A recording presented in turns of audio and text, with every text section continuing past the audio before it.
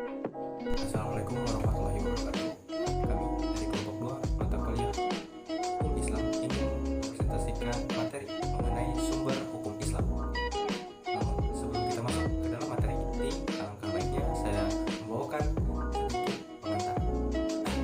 Kata-kata sumber hukum dalam Islam merupakan terjemahan lafaz-lafaz Masdar al-Ahkam. Kata tersebut ditemukan dalam kitab-kitab fikih dan usul fikih yang ditulis oleh ulama klasik.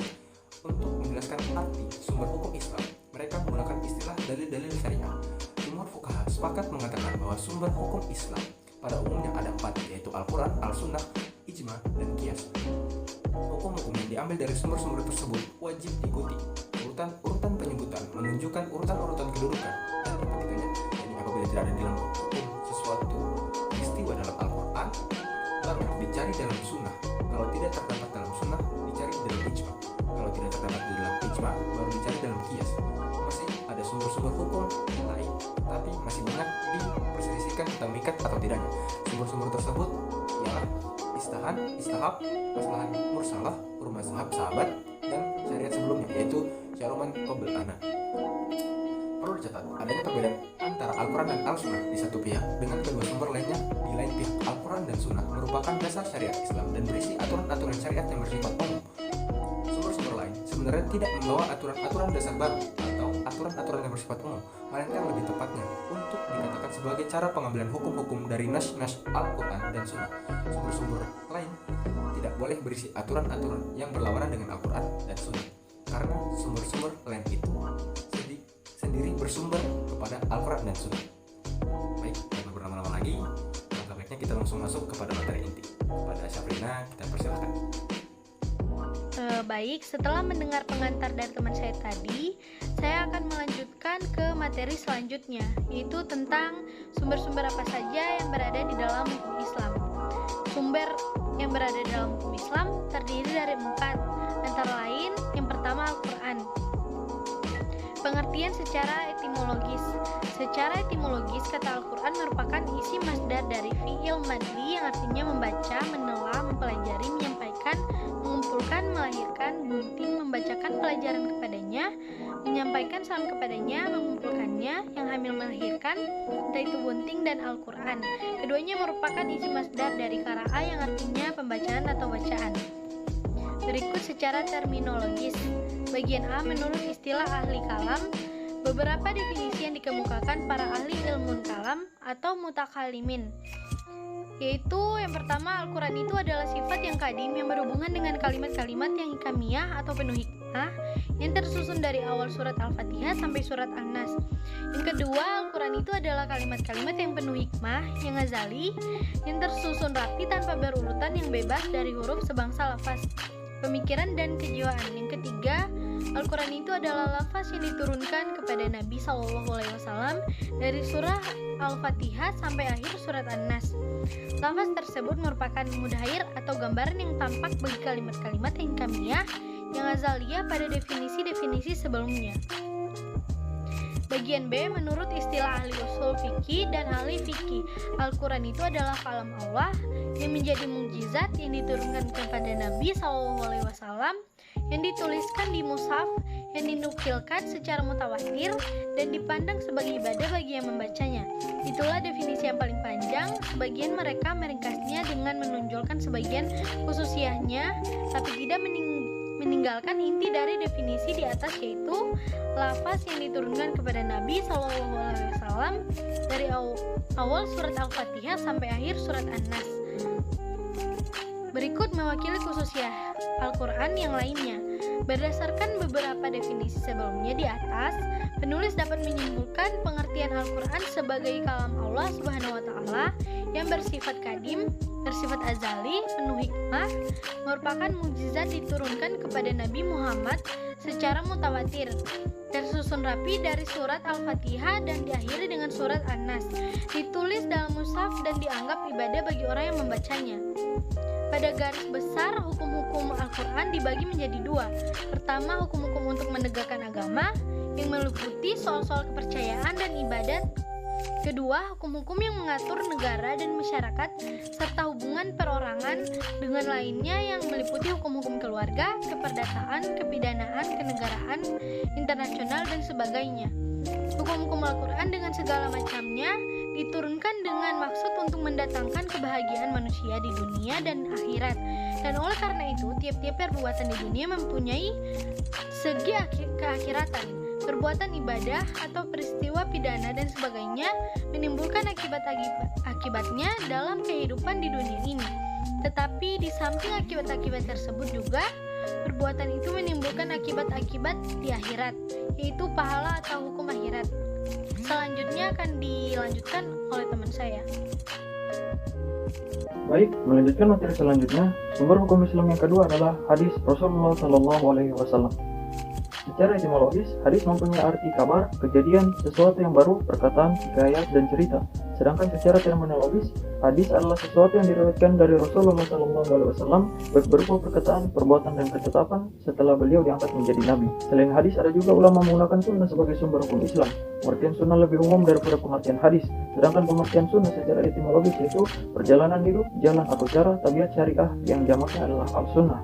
Sedangkan pengertian sunnah secara terminologis yaitu setiap sesuatu yang bersumber dari Rasulullah SAW, baik berupa perkataan, perbuatan, ketetapan, sifat pemakhlukan, akhlak atau perjalanan hidupnya, baik hal tersebut terjadi ketika beliau belum menjadi Rasul, seperti bersemedi di Gua Hira atau sesudah menjadi Rasul.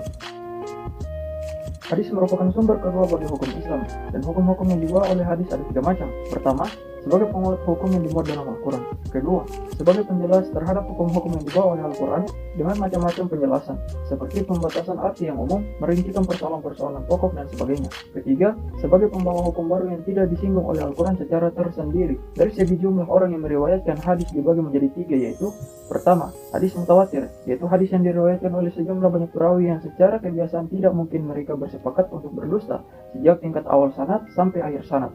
Kedua, hadis masyhur, yaitu hadis yang diriwayatkan oleh banyak sahabat tapi tidak sebanyak orang yang meriwayatkan hadis mutawatir. Kemudian menyamai tingkat mutawatir pada masa-masa sahabat dan pada masa-masa sesudahnya. Dan dhaif. Kedua, hadis masyhur yang hanya dikenalkan di kalangan terbatas seperti yang dipopulerkan di kalangan ahli hadis yang telah cukup populer di kalangan masyarakat. Tiga, hadis ahad, yaitu hadis yang diriwayatkan oleh 1 orang atau 2 orang atau lebih yang tidak terpenuhi syarat masyhur atau mutawatir.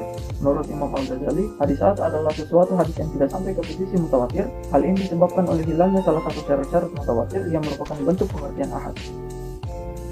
Imam Abu Hanifah mendefinisikan hadis ahad sebagai berita yang diriwayatkan seseorang atau 2 orang atau lebih, asalkan tidak mencapai ke tingkat masyhur dan mutawatir. Menurut Imam penulis, definisi ini tidak berbeda dengan definisi yang dirumuskan oleh Imam Syafi'i yang menerangkan bahwa hadis ahad adalah hadis yang diriwayatkan oleh seseorang perawi kepada seseorang sehingga sampai pada Rasulullah SAW, atau seseorang meriwayatkan hadis pada masa pertama dari Rasulullah SAW dan setelah itu menjadi banyak. Tingkat kebenaran hadis ahad mengandung belani pada syarat dan matan. Adanya belani pada redaksi disebabkan ketersambungannya titis haliyah kepada Nabi belum mencapai pada tingkat yang pasti. Sedangkan belani pada matanya disebabkan karena umat Islam sejak dahulu telah menerima dan mengamalkan kandungannya. Meskipun posisi pada redaksi dan matanya mengandung belani, para ulama sepakat menjadikan sebagai hujjah jika tidak ada dalil yang bertentangan dengannya. Masuk ke dalam sumber hukum Islam yang ketiga, yaitu ijtihad. Pengertian ijtihad.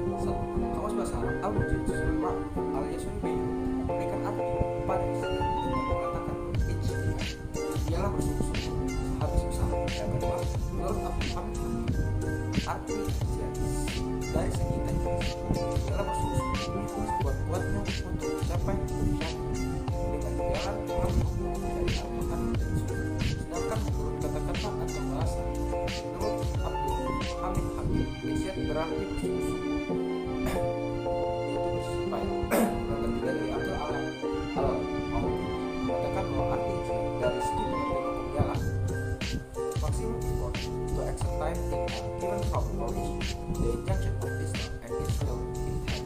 Sedangkan menurut bahasa, maka kata-kata ijtihad berarti to put in the maximum of effort in performing a job. Selanjutnya, pembagian ijtihad. Al-Alaman Al-Qudairi mengatakan bahwa ijtihad ialah memberikan kesanggupan untuk keistibatan hukum syar'i dari yang telah dipandang dalil oleh syarat, yaitu kitabullah dan sunnatul rasul. 1. mengambil hukum dari dair nas, yaitu ketika tempat-tempat yang diberikan hukum itu dilengkapi oleh nas. 2. Mengeluarkan hukum dari memahamkan nas. Umpamanya suatu nas mempunyai ilat, maka disamakanlah dengan hukum nas itu hukum sesuatu yang didapati pada ilat yang sempurna, serupa dialah yang dinamai ijtihad. Berikutnya, tingkatan ijtihad. Ijtihad itu 2 tingkat. 1. Ijtihad darakil ahkam, menghasilkan hukum yang belum ada, dan yang kedua, ijtihad tatbiqil ahkam, menerapkan hukum atau kaidah atas segala tempat yang beriman. Para ahli usul fikih sepakat bahwa lapangan ijtihad hanya berlaku dalam kasus yang tidak terdapat dalam nas atau yang terdapat dalam teks Al-Quran dan hadis yang masuk kategori al-dalalah, karena itu pendapat yang sudah menyatakan bahwa ijtihad adalah mencari hukum suatu kasus yang sudah terdapat dalam nas. Bukan tidak dapat keputusan diterima oleh mereka. Kalau ditelusuri ijtihad ahli fikih dari zaman ke zaman, ternyata mereka tidak memasuki lahan yang sudah diatur secara jelas oleh Al-Quran dan hadis. Kalaupun Umar bin Khattab sering dianggap sebagai orang yang memasuki lahan tersebut, namun ia tidak melakukan ijtihad istimati, melainkan ijtihad tatbiqi. Dalam ijtihad tatbiqi dimungkinkan untuk tidak memperlakukan nas tertentu dikarenakan adanya nas lain yang menghendaki demikian. Misalnya Umar bin Khattab melarang laki-laki muslim menikah dengan wanita ahli kitab dengan alasan khawatir akan menimbulkan fitnah bagi wanita muslimah, padahal nas Al-Quran membolehkan.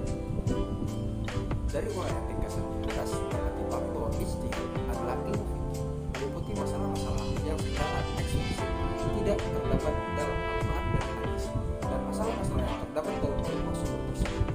Al-Ghazali telah menunjukkan beberapa syarat bagi orang melakukan ijtihad. Secara garis besar, ia membagi syarat jadi kelompok pertama. Syarat yang dikelompokkan sebagai syarat yang meliputi permasalahan terhadap materi yang terdapat dalam sumber ajaran Islam. Kedua, syarat yang dikelompokkan sebagai syarat pertama, yaitu mengetahui nasib sohih baik Al-Quran maupun untuk hadis, dan mengetahui cara untuk mengenal atau klasifikasikan hadis sebagai sahih. Persyaratan seperti yang disebutkan di atas harus dipatuhi oleh orang yang akan melakukan ijtihad. Bahkan sekarang ini ilmu lainnya perlu juga dimiliki untuk mujtahid, seperti sosiologi, antropologi, dan pengetahuan tentang masalah yang akan ditetapkan hukum. Oke, itu dari saya. Selanjutnya akan dilanjutkan oleh teman saya. Akan melanjutkan sumber hukum Islam yang keempat, yaitu ijma. Pengertian ijma secara etimologis, ijma atau ketetapan hati untuk melakukan sesuatu atau keputusan berbuat sesuatu. Ijma dalam artian pengambilan keputusan dapat dilihat dalam firman Allah pada surat Yunus ayat ke-71 yang berbunyi wa'ajmihu amrukum wa syuraka'akum, yang artinya, karena itu bulatkanlah keputusanmu dan kumpulkanlah sekutu-sekutumu untuk membinasakan. Yang kedua, ijma dalam arti sepakat. Ijma dalam arti ini dapat dilihat dalam Al-Quran surat Yusuf ayat ke-15 yang berbunyi falamma jahab bihi wa ajma'u ayyaj'aluhu fi ghaibati jub, yang artinya maka tatkala mereka membawanya dan sepakat memasukkannya ke dasar sumur. Dari rumusan itu jelas bahwa ijma adalah kesepakatan, dan yang sepakat di sini adalah semua mujtahid muslim, berlaku dalam suatu masa tertentu sudah wafatnya Nabi. Di sini ditekankan sesudah Nabi, karena selama Nabi masih hidup, Al-Quranlah yang akan menjawab persoalan hukum, karena ayat Al-Quran kemungkinan masih turun dan Nabi sendiri sebagai tempat bertanya tentang hukum syara, sehingga tidak diperlukan adanya ijma. Ijma itu berlaku dalam setiap masa oleh seluruh mujtahid yang ada pada masa itu, dan bukan berarti kesepakatan semua mujtahid sampai hari kiamat. Dari definisi di atas terlihat unsur pokok yang merupakan hakikat dari suatu ijma yang sekaligus merupakan rukun ijma, yaitu yang pertama, saat berlangsungnya kejadian yang memerlukan adanya ijma, terdapat sejumlah orang yang berkualitas mujtahid. Karena kesepakatan itu tidak berarti bila yang sepakat itu hanya seorang. Bila pada suatu masa tidak ada mujtahid sama sekali, atau ada tapi hanya seorang, maka ijma tidak dapat terlaksana secara hukum. Yang kedua, semua mujtahid itu sepakat tentang hukum suatu masalah tanpa memandang kepala negeri asal jenis dan golongan mujtahid. Kalau yang mencapai kesepakatan itu hanya sebagian mujtahid atau mujtahid kelompok tertentu, wilayah tertentu, atau bangsa tertentu, maka kesepakatan itu tidak dapat disebut ijma, karena ijma itu hanya tercapai dalam kesepakatan menyeluruh.